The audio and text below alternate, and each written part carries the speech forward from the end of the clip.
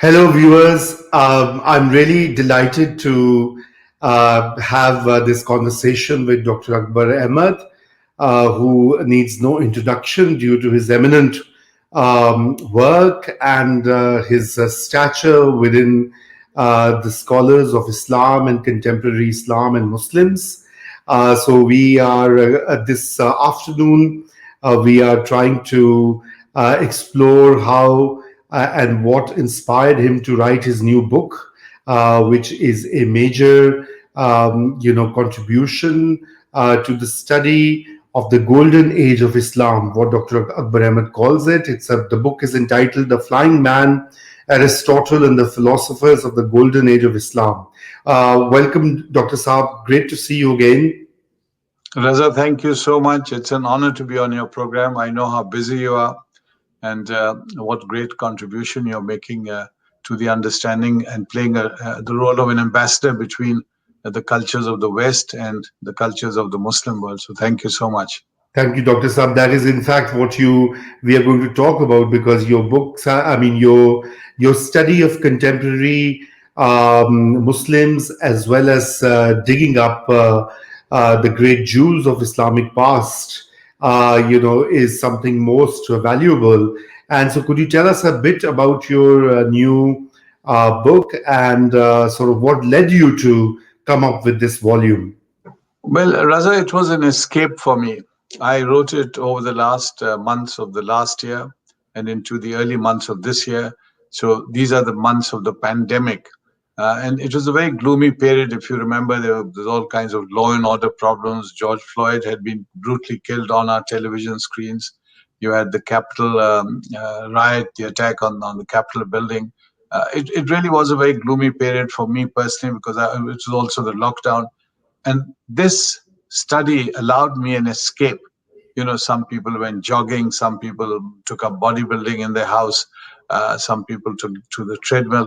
For me, it was an escape. So I could then go back 1,000 years and sit at the feet of Ibn Arabi or Al Ghazali or Ibn Sina and really be inspired so that for a few hours I was in a different world and a very noble world, elevated world. And as I went deeper and deeper into this new world, this different world from which I was living here in DC, I began to realize that this is such a treasure that I need to share it with people, especially non-Muslims who need to understand the depth, the beauty, the elegance, and the nobility of Islamic thought. And remember, this is the golden age of Islam. It's an incredible period, very rich, dense with great names. I made this point. You can have an entire period of history and you can call it by one name: Elizabethan after Queen Elizabeth, Victorian after Queen Victoria. But here you have these giants, as Ghazali in Arabi and Ibn Rushd, and you can really call this the age of Al Ghazali or the age of Ibn Arabi. These are giants.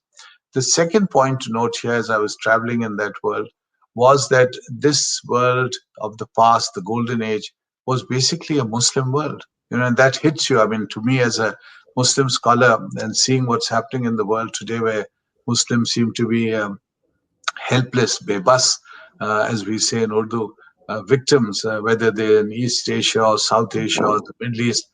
And here you see a Muslim world that stretches from Cordoba in the west to Bukhara in the east. And it's one global civilization. Arabic is spoken, the cultures, the culture of adab, inspired by Islam. Remember, America has not been discovered yet. South America has not been discovered. So this really is an Islamic world. And when I say Islamic world, I don't mean all people are Muslim. You also have these great Jewish scholars, for example, Rabbi Maimonides, who's one of the great philosophers of that time, but he speaks Arabic. He interacts with Muslim scholars.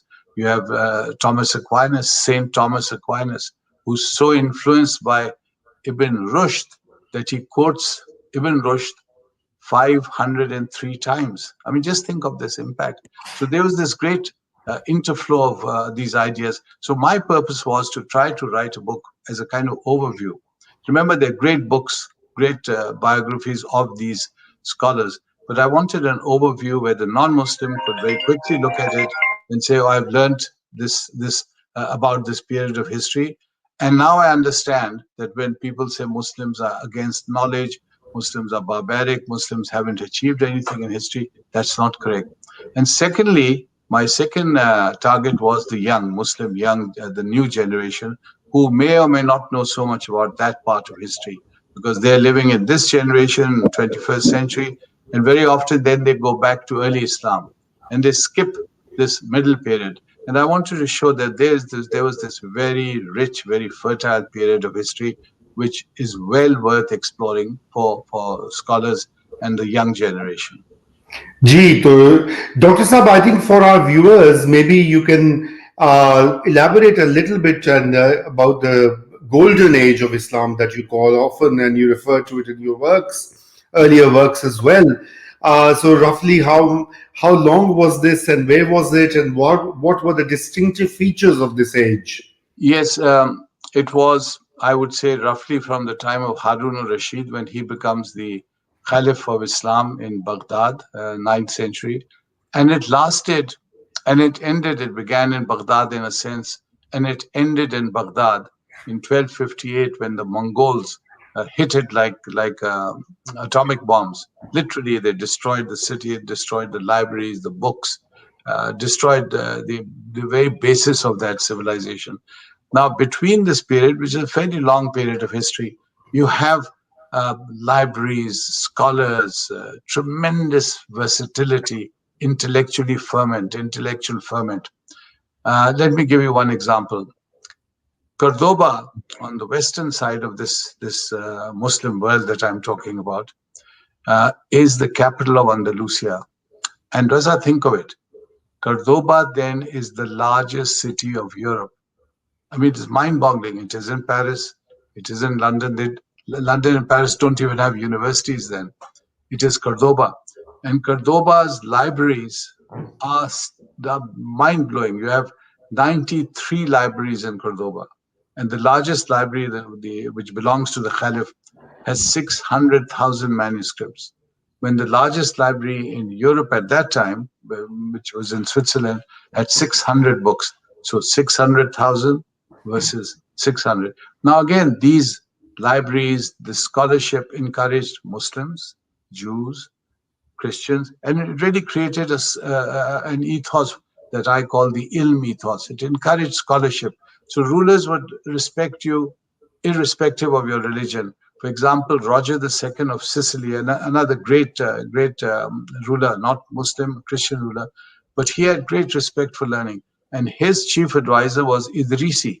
Idrisi was a Muslim.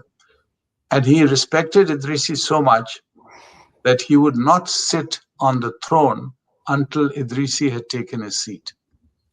Or Frederick II, another great man, another great, again Christian, a Holy Roman Emperor. He actually had Arabic on his mantle. He had bodyguard that were Muslim, and he had Arabic calligraphy in his royal palace and on the throne. So, and of course, he had that great diplomatic coup, as we know in history, when he went to the Middle East in the middle of the Crusades. It's mind-boggling. And because of his great respect for Muslims, Muslims responded in kind.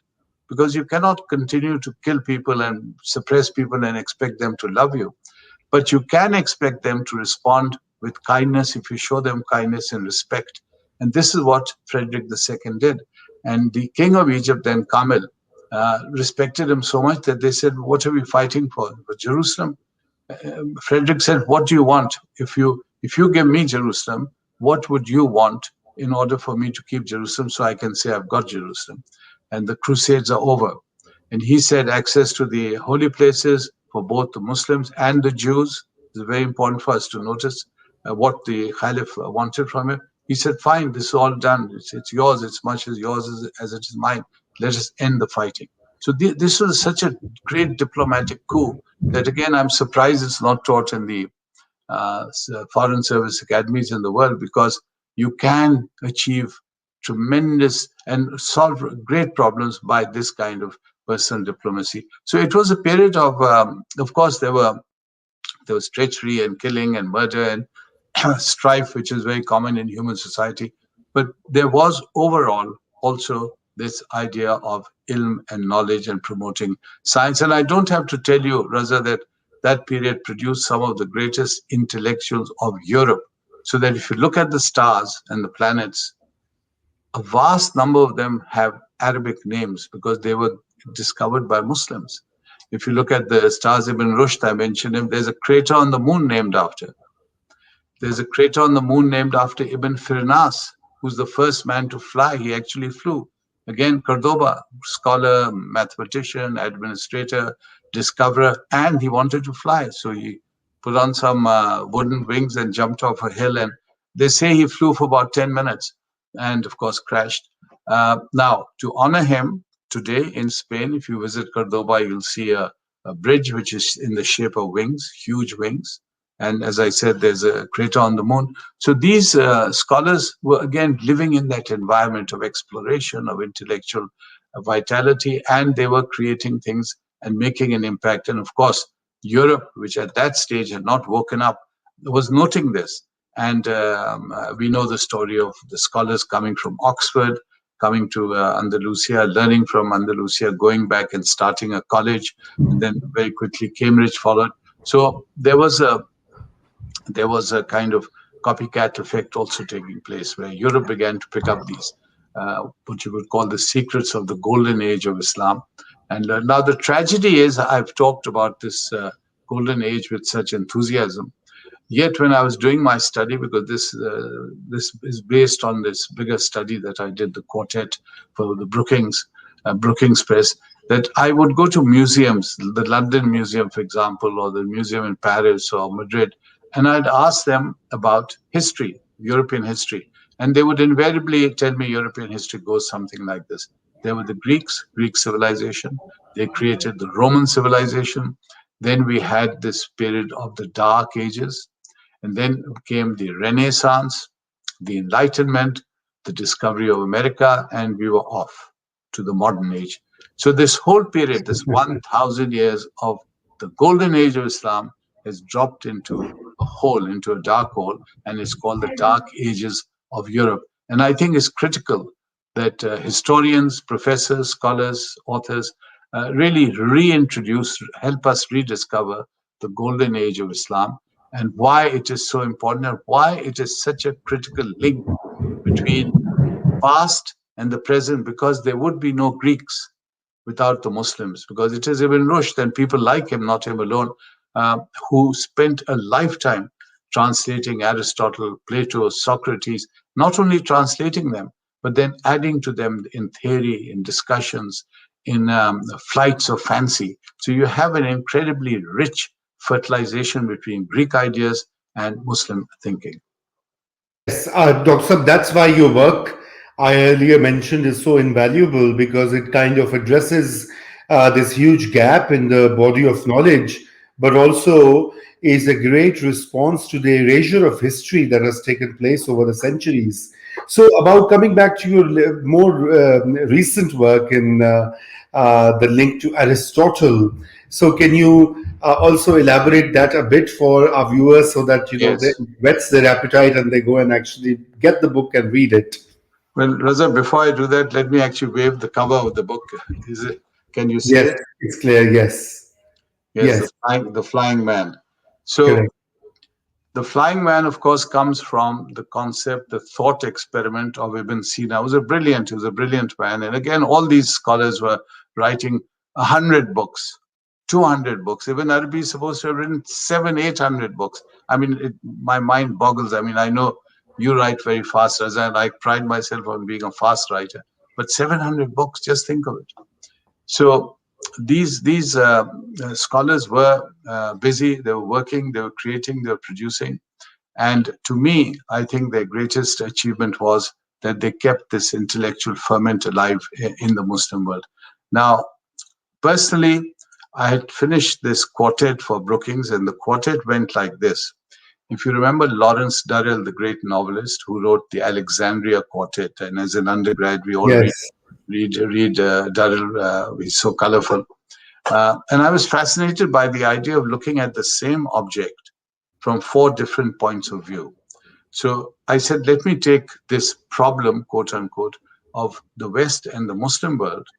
And I had thrown myself after 9/11 into trying to create bridges, trying to promote understanding between Muslims and non Muslims, because I really felt this was going to be the biggest challenge that all Muslims faced.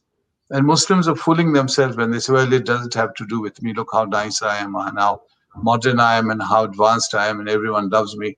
But they didn't realize that, as the chief rabbi of Denmark told me, a very wise man, Bent Melchior, very famous, very distinguished sage, he told me this. He said, look, one thing Muslims have to learn, that if one Jew does something bad, then the entire Jewish community is blamed. He said that this is how we feel. Everyone else, so all you Jews are like this. And he said, this is how the Muslims are now feeling. So that when one Muslim does something wrong or something stupid, the entire community is cast in that same mold. And he said, you have to be very careful in the sense that that spoils the situation for all, for everyone.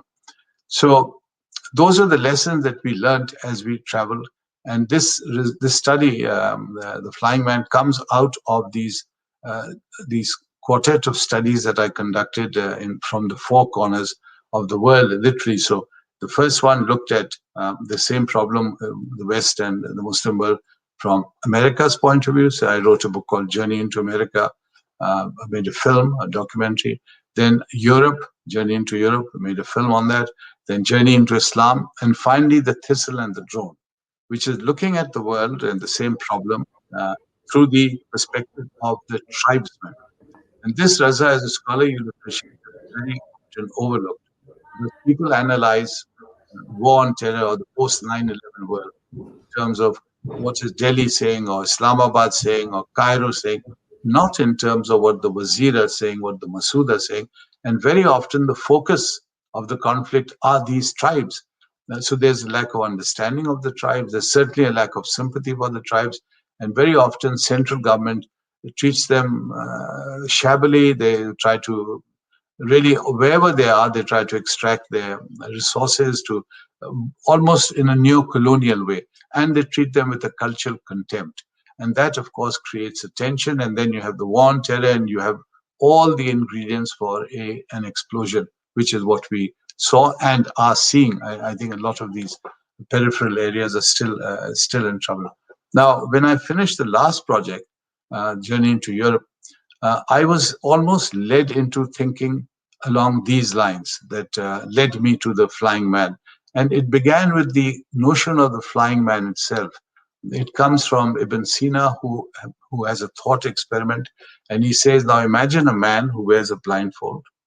He's suspended in air, so his hands are tied like this, his legs are tied, he's up in the air. He can't feel anything, he can't see anything, his eyes are blindfolded.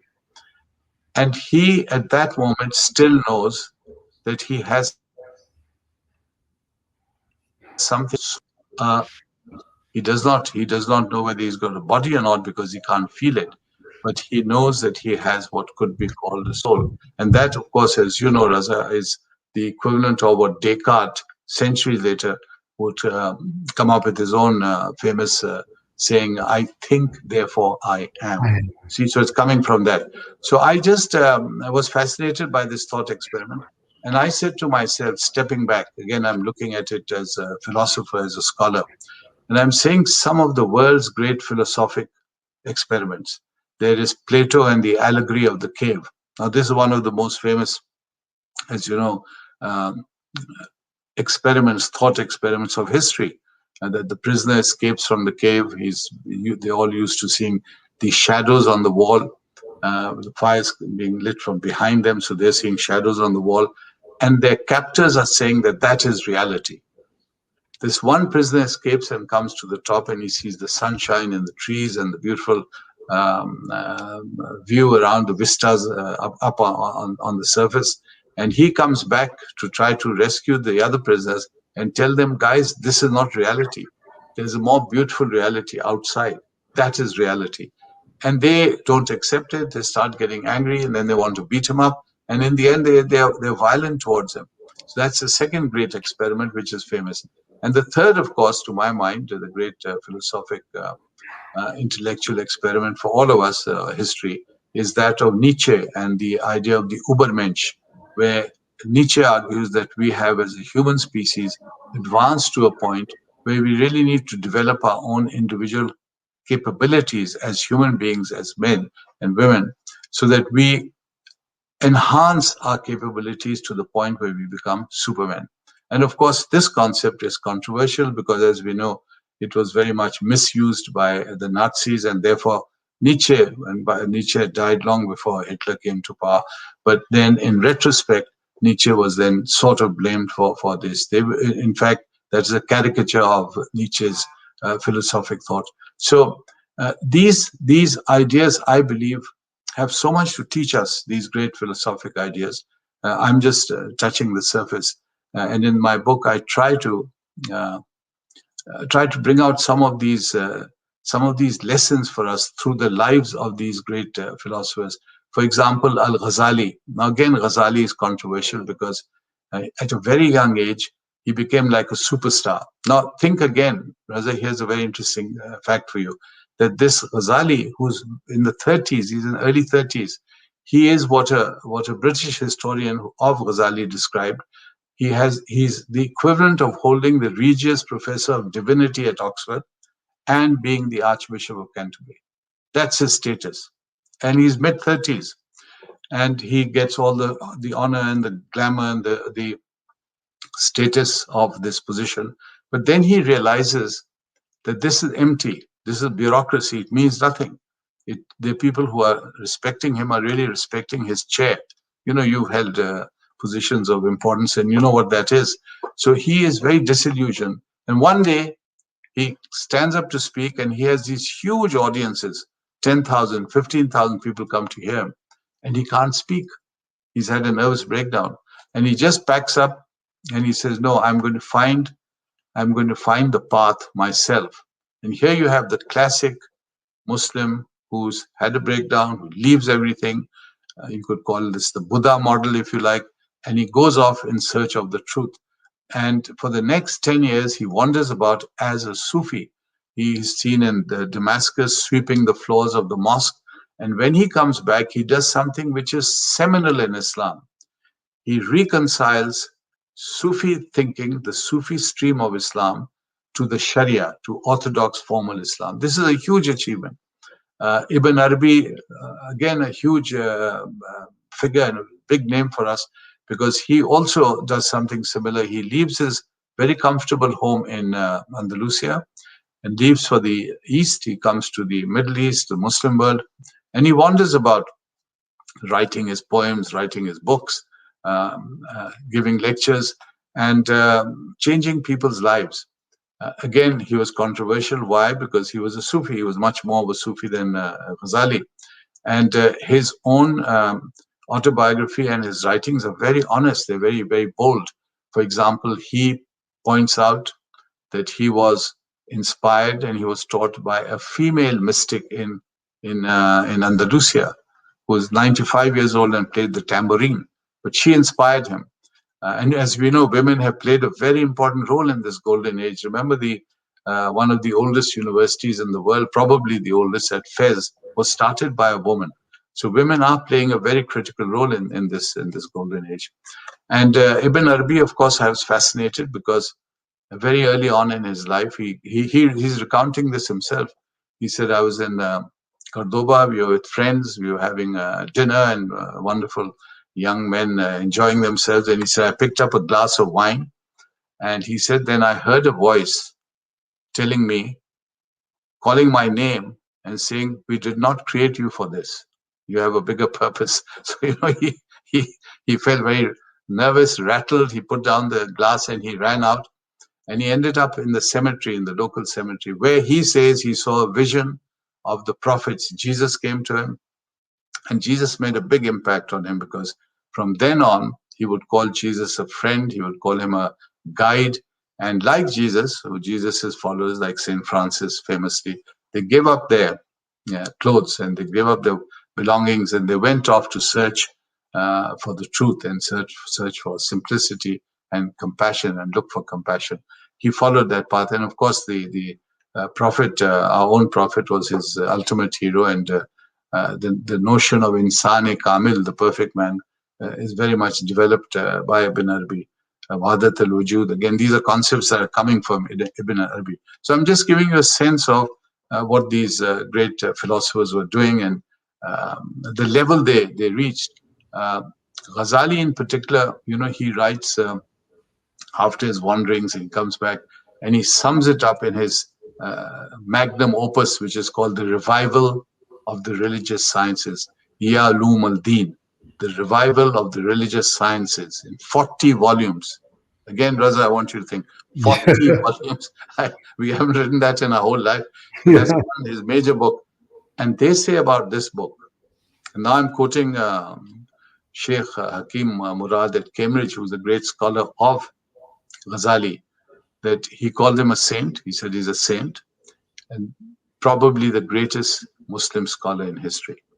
And another Arab scholar in the past had said if all the books of Islam were destroyed and one book had to survive, in order for Islam to survive, it would be the revival of the religious sciences. So I'm surprised how we can assume that that period of history has nothing to teach us.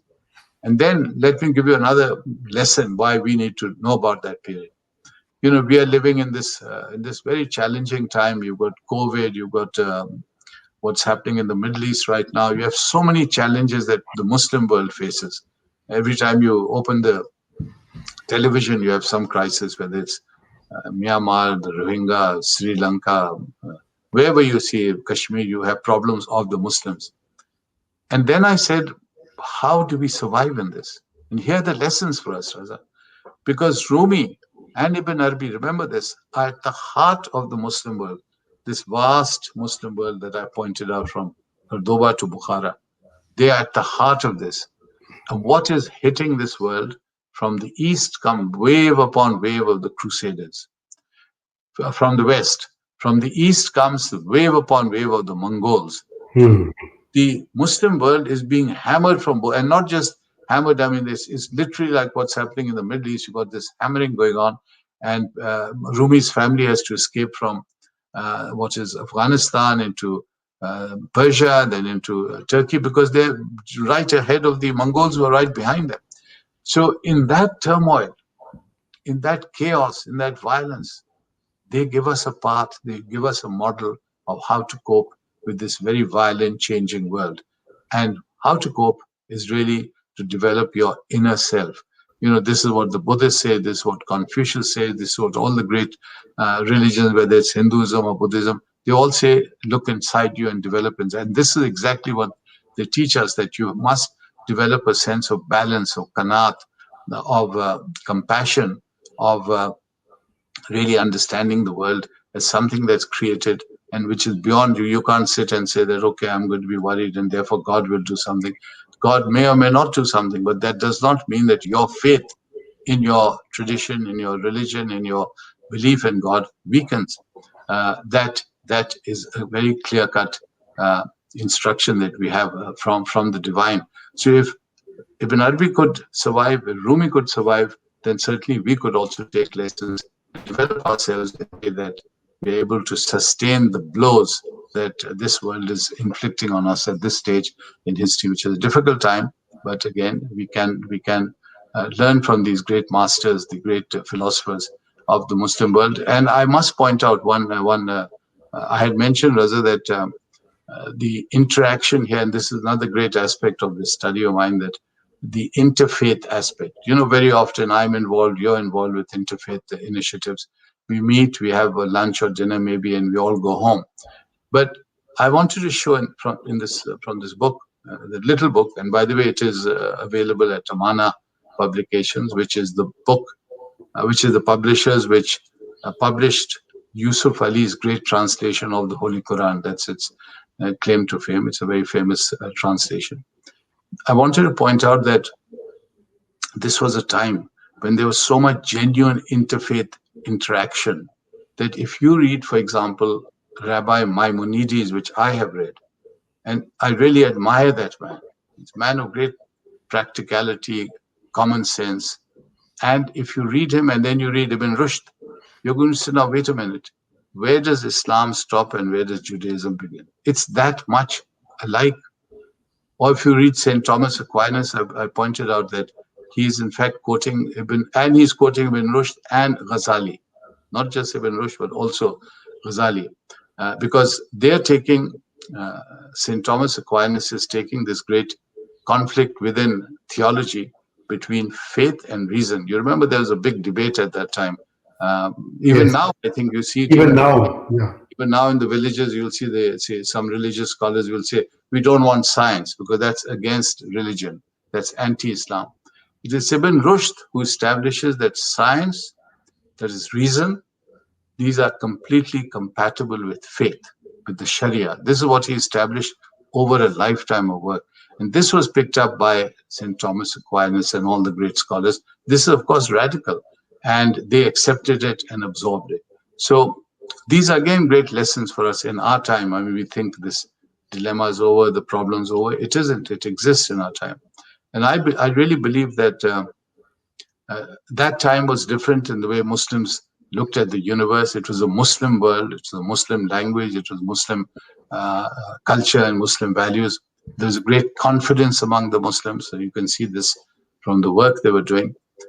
This is a different world we are living in. We could say that we are at the opposite end almost of the spectrum. We're right at the bottom. But this contact with the golden age gives you a great boost. It gives you a moral boost. It gives you a confidence. It gives you a capacity to stick your chest out and walk around with great confidence. Say, this is who we were. This is what we had achieved. And to then for us to say to the younger generation, why can't we encourage you to reach this level again? There's nothing stopping you. And we go back to one of the greatest core beliefs in Islam, which is the emphasis on ilm, on knowledge. Because as you know, the Quran uses the word knowledge more than any other word except the word for God. That's how much it emphasizes knowledge. And the secret of the golden age is knowledge, knowledge, knowledge, knowledge. And as you know, Raza, you look up the education figures for the Muslim world, and I say this with great sadness. They really, I wouldn't say sad, they're pathetic, 2%, 1%, 3%. We are not serious about education. If we were, we would not have these educational figures. And this is, I would say, generally throughout the Muslim world. You may have a couple of exceptions. Now, I have a quote from one of the distinguished Arabic scholars, distinguished Saudi scholar. And I asked him this question. I said, why are the Muslims so far behind when there's so much emphasis on ilm in the Quran? And he said, we live in a very strange world in the Muslim world. He said, either we are subject to the tyranny of the government, who will put us in jail. They'll say, if you don't toe the line, we'll put you in jail. Or the tyranny of the mullah, the religious leader, who will say, if you don't follow my version of Islam, you'll go to Jahannam. So he says, between Jahannam and jail, who's thinking, what are we going to come up with any thought? We are barely able to survive. And there Correct. he encapsulated the dilemma. I mean, why are you sitting here? Why am I sitting here when we should be sitting in our own environment and helping to create and grow it? We are sitting here because there are always the dangers of, I mean, in a sense, we are self imposed exiles because we have been able to survive precisely because you're abroad and continuing to think and add and contribute to your society back home. So it's a sad comment, but at least you're still in the game. Your hat is in the game. And I believe till this is corrected in the long term, things will not be corrected because this compass, if you like, has to be corrected in our societies. How well put, Dr. Ahmed, and I think you've nailed the current dilemma of Muslims and the Muslim world, how they've forsaken knowledge and how little they invest in education. So, I think this gives us a very good lead into our next program, in which we will explore these issues further about the state of sciences, about theology, about knowledge, and what happened after this golden age of Islam. So I'm going to get back to you, and viewers, please do join us again when I explore the next set of questions with Dr. Akbar Ahmed. Thank you for being with us.